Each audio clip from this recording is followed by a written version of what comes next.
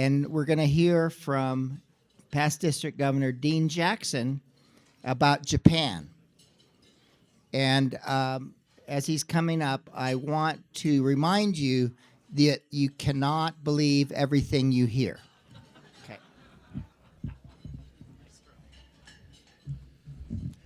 That may be true, but you can believe what you see. So you may not believe what you hear, but you do believe it. As many of you know, I actually grew up in Japan. My father was a member of a Japanese Rotary Club, and I joined Rotary at 21 years old and have been a Rotarian since 1985. And I love Rotary. I love the relationships. As past President Ray Klingensmith was introduced, the comment was made of knowing people all over the world, and I could not echo that any stronger. For me, one of the greatest things about Rotary is I have friends everywhere. And have had the opportunity to hang out with them. Last fall, we brought in a team from Japan that came and joined us here in the district. We were able to travel around to many of your clubs, took them to rodeos, took them to all of our key places, engaged with them. One of the people there was past District Governor Suzuki-san. My wife and I had the privilege to represent President Risley at his district conference in Yamagata Prefecture. So we had the opportunity to take a trip to Japan. I will tell you some of the things I'm going to show you. I would not want to be responsible to come up with a budget to do some of the things we did. But because of the Rotarians and their kindness and generosity and their willingness to give us some what I consider to be lifetime experiences, we want to share a little bit of that. I will tell you, some of my Rotary friends, as they started looking at our schedule and started seeing what we were doing, I had many of them saying, Dean, can we come with you? I live here. I've never done that before. So I want to take you on a quick journey. So this is our team. This is past District Governor Suzuki-san and his wife. We were accompanied by past RI Vice President Greg Podd, District Governor Scott, and Kay Nassim. We were there also with Thomas and Kathleen Thatcher, Craig and Vicki Yale, and then Marlis and I were on this trip, and then we also had a great Rotarian friend of mine, Nagata-san, who was with us. So I want to take you on a quick journey of what we did. Our first stop that we made was to go to the Yushuku Daibutsu, which is the tallest Buddha in the world. It is one of 5 of the tallest statues in the world, and it is over 390 feet tall. The Statue of Liberty actually comes up just above the one hand that's dropped down. So to give you some kind of a context, it's unbelievable. From there, we went to the Kairaku Koen, which was a plum forest. It has a deep traditional history. We were able to see. We were there just before the cherry blossom season, but the plums were in blossom. And then that night we had dinner at the Mito South Club. And so these are just some quick pictures of the Rotarians as we enjoyed a meal together and had a great time of fellowship with them there at their club. We also had some Japanese dancers that came and entertained us that evening, and it was on a traditional tatami floor. We then had lunch on our way to Azu Wakamatsu with some fellow Rotarians at a very old traditional restaurant. This particular restaurant, the current emperor, who just took the throne just a few days ago, had also eaten where we ate, so it was a great, wonderful place and a great experience. This is actually the castle that we got to visit there and see in what is called Azu Wakamatsu. Then that evening we went to Sage City, and we had a great evening there. This evening, one of the things that was interesting about this night was we had it in a traditional Japanese barbecue place. And so I'll show you a few of the pictures. This restaurant was actually owned by a Japanese Rotarian. Unfortunately, what we found out is that the day before we arrived, his father, who was also a Rotarian, passed away. And all of this had been planned this evening and everything. We were like, hey, we can do something else. And they said, no, this has been planned. And so he had his staff open up the restaurant specifically for our group. And I'll show you here in a moment some pictures where we went and paid respects to the family before we left town. But just amazing, the kindness and incredible things that happen. Now, one of the things about Japan that's pretty famous is karaoke. And so once we'd finished dinner, we went out to a karaoke bar. And so I wanted to give you just a little bit of a taste of that. So here we go.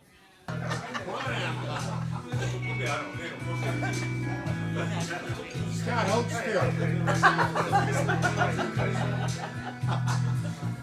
The world was on fire. Now, I know for some of you, you're saying, holy cow, so I want to help kind of cleanse your palate. So this was the other opportunity we had. Amazing grace, how sweet the sound that saved a wretch like me.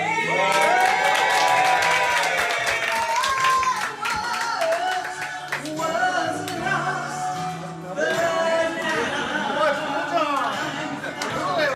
Now, you have to come to the hospitality suite tonight because my wife will be back, and she will kill me when she finds out I showed that. So this was the next morning. We then went, this is actually the owner of the restaurant. We took flowers and just thanked him so much for his service, not only in Rotary. It's kind of a dual thing, right? I mean, they did something amazing for us, but it also for them culturally, what an amazing thing. His father, who was a Rotarian, who had passed away, and here the former vice president, past director of Rotary International, came to his home to honor that family. So it was just an amazing opportunity in the midst of a very difficult time for their family.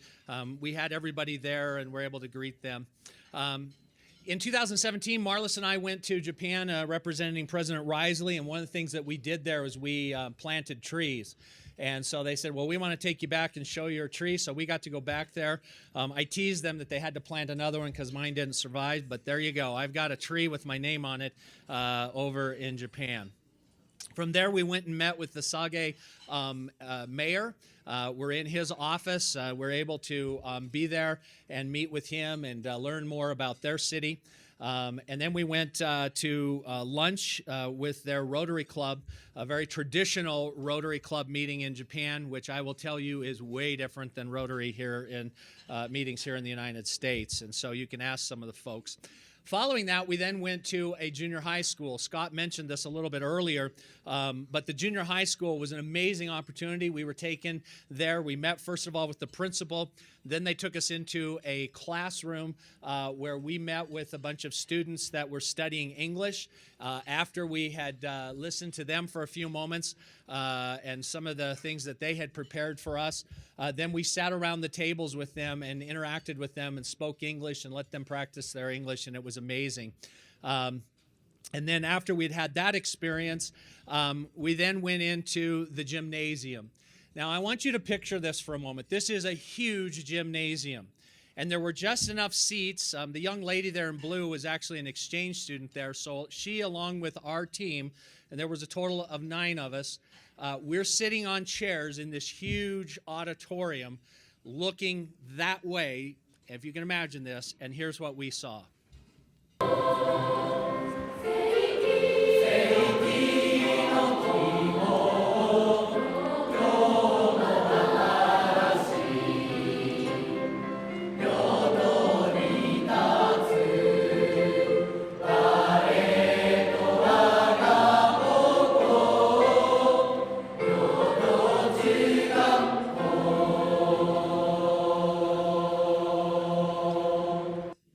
I have to tell you, it blew everybody away. It was just an amazing thing. And guess what? The next day, we were in the newspaper, having been there as a delegation for Rotary. One of the other things we got to do was go to a sake factory.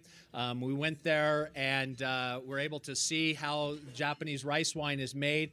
But one of the other things is that the actual owner, who is a Rotarian, had dolls. These are hundreds of year-old dolls that he had on display there. It was just amazing to see all of these there in their factory. This is actually the Rotarian who is the owner of that sake plant, and they also made up special bottles of sake with the district governor's photograph on it, and gave everybody some to be able to take with them. So then we had that night we were in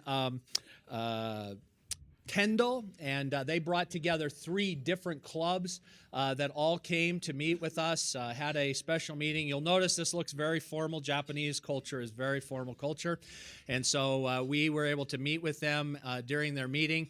And then that evening we had a special party. And so this was a great evening. Everybody got to stay in Japanese-style rooms. We got to wear yukatas. Some had traveled, so they weren't able to wear yukatas, but some of the Japanese did. Kampai is a very big thing in Japan. That's where we celebrate. It's like cheers. So we did a lot of that, had a great evening with everyone, and enjoyed our time. You will notice one thing that is different in these photographs. Old Japanese tradition, everything was done on the floor and you sat on your legs. As the generations have gotten older and as their culture has shifted a little bit, they've started using these tables and chairs on the tatami mats, but they're primarily for the older people. So I'm not going to make a judgment call. I'm just telling you that we were very happy to have it. Everybody was given opportunities to share and talk about their time. And then they concluded with everybody in a large circle singing a Rotary song together. And so these are folks all gathered around as we were doing that. Now this next photo, I don't know. I love the expression on Scott's face. I don't know if that was when I said, "You look pretty good in that little dress." I'm not sure, but he kind of got a little cute look there. So we had a wonderful time. The gentleman here with Greg is a past district governor from that club, and I have traveled with him all over the world. Got the opportunity. We both were legislators a couple of weeks ago on the Council of Legislation. Rotary is just an amazing, amazing organization. And so this was kind of the final photograph of the evening as we were there. This is in the city of Nara. We're eating Japanese sweet potatoes. Here's a photo from actually the temple grounds. And we just had a wonderful time seeing some of the major areas. One of the things that's interesting about Japan is that in the capital city, the old capital city of Kyoto, there are only, and some of you maybe have read or learned about what's called geisha. There are actually what they call mayoko and geiko-sans, which are before they become geisha. And these young ladies learn all kinds of traditional dance and different things. There are only a total of 70 authentic Maiko-sans and Geiko-sans in the city of Kyoto for the whole country. And there in other parts of the country have them, but that is like the main place. And our Rotarian friends put together 2 different evenings, and out of those 70, we had a total of 6 of them that came, and we had dinner. We had the opportunity to talk to them, to learn what they do as far as some of the cultural things. We then took a train, and so this was from inside the train. We went out to the bamboo forest. This is Seto-san. He's a Rotarian. He's a Japanese Buddhist priest, and I've been traveling with him as well for quite a few years. And he said, "Dean, I want to do something special." And so he brought us together, reserved this restaurant for the evening, had 4 Mayako-sans come, and we were able to say, "That's not your girlfriend, Tom?" Okay. So I wanted to give you just a real quick glimpse of some of the traditional dance that they do.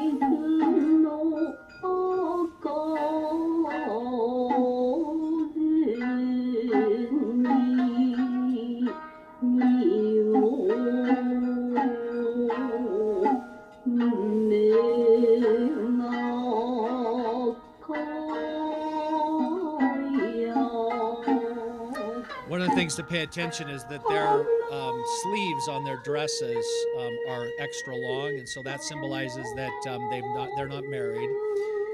If you see a Japanese woman with shorter sleeves, then they get their sleeves cut down when they get married.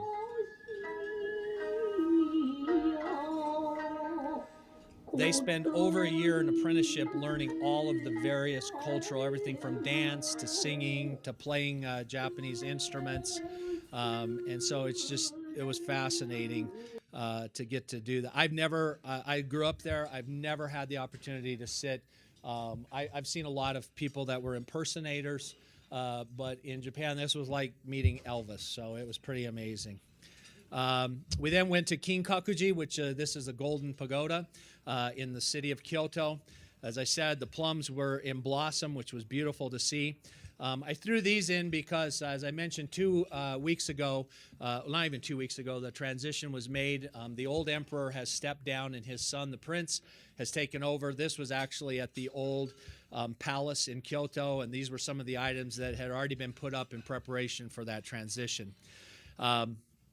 We then had the opportunity to go to Kaminoida. This was actually a place that has over 1,000 torii, and people purchase these and put them there. So I wanted to give you a feel of what it's like to walk down through 1,000 of these torii. It's an amazing, amazing experience. This is actually at the temple where people would purify themselves with water before entering. Here's a good shot of the temple there.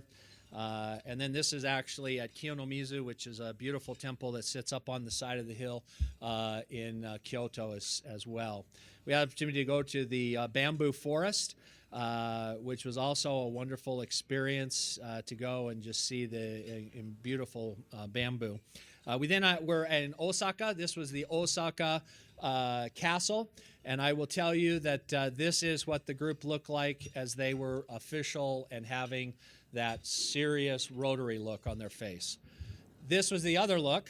This was the ladies having fun and posing, and the guys couldn't be outdone, so we did our pose and had a great time enjoying our time there in Osaka.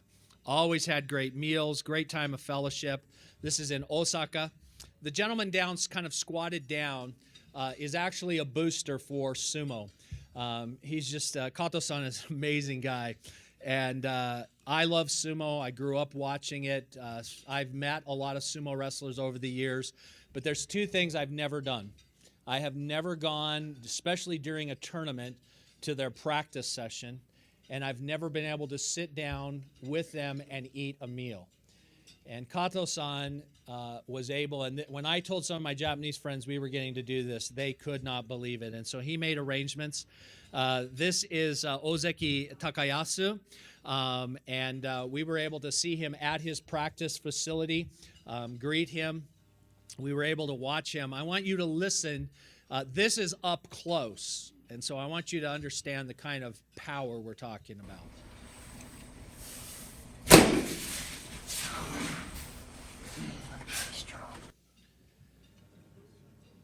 This gentleman here is Yokozuna Kiteno Sato. Now, in 1998 was the last time a Japanese native became a grand champion. So since 1998 until I believe it's in 2016, he became a grand champion.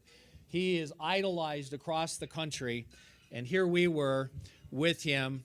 That was earlier as he was doing the practice. He still works. He just retired. And in fact, I have to tell you a quick story. When we got ready to go on this trip, they were planning to have us go do all this, and then he retired, and I got calls, panic calls, going, Dean, I don't know if we can make this happen because he's just retired. But he was gracious enough, along with his oyakata, which is the person who runs their stable, and were allowed us to come, and this is where they were staying. Chanko nabe, this is the meal that they eat every day. And they not only had prepared it for themselves, but they prepared it for us. and we were allowed to eat in their training facility, which when I tell my Japanese friends this, they just go, "You have got to be kidding me." So sometimes as Americans, we get opportunities that they just have we don't really comprehend. So there's these are the lower class sumo guys in the background there who had prepared, and we were able to sit and talk with them. These guys will be the future of sumo. They start working out in these groups at about 14 to 15 years old, and it's an amazing thing.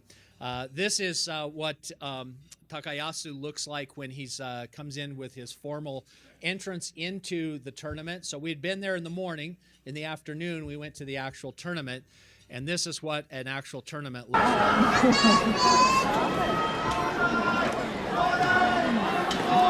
He's the one in black. You might hear some Americans yelling.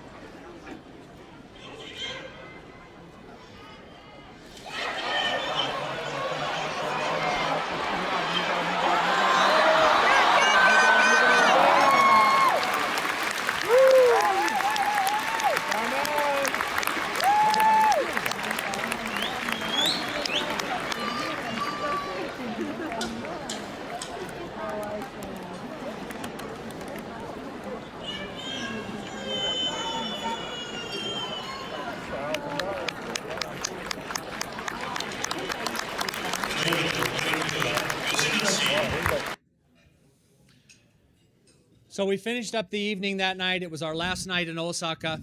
We were downtown. I want you to see this video real quick, give you an idea of the population of Japan.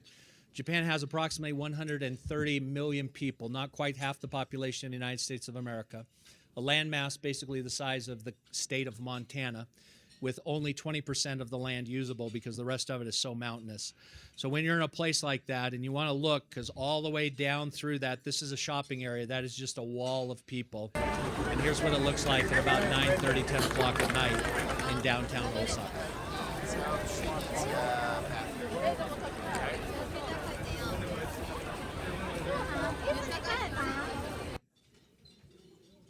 We finished up our night with a great, wonderful dinner at a restaurant that specializes in crab, and we had just a wonderful time. Nagata-san, who's there in the middle, was just a tremendous host, kept us on schedule, helped us with so many things along the way. But I have to tell you, it was one of the most enjoyable, amazing group of people. We all grew closer together as Rotarians on the trip, but we also have new friends. Going to Japan was an awesome experience, and I thank the district, thank Governor Scott for allowing me to lead the group. We had a great time, and hopefully we'll do some more in the future. So thank you so much, and don't forget tonight, Hospitality Room 1506 as soon as we're done.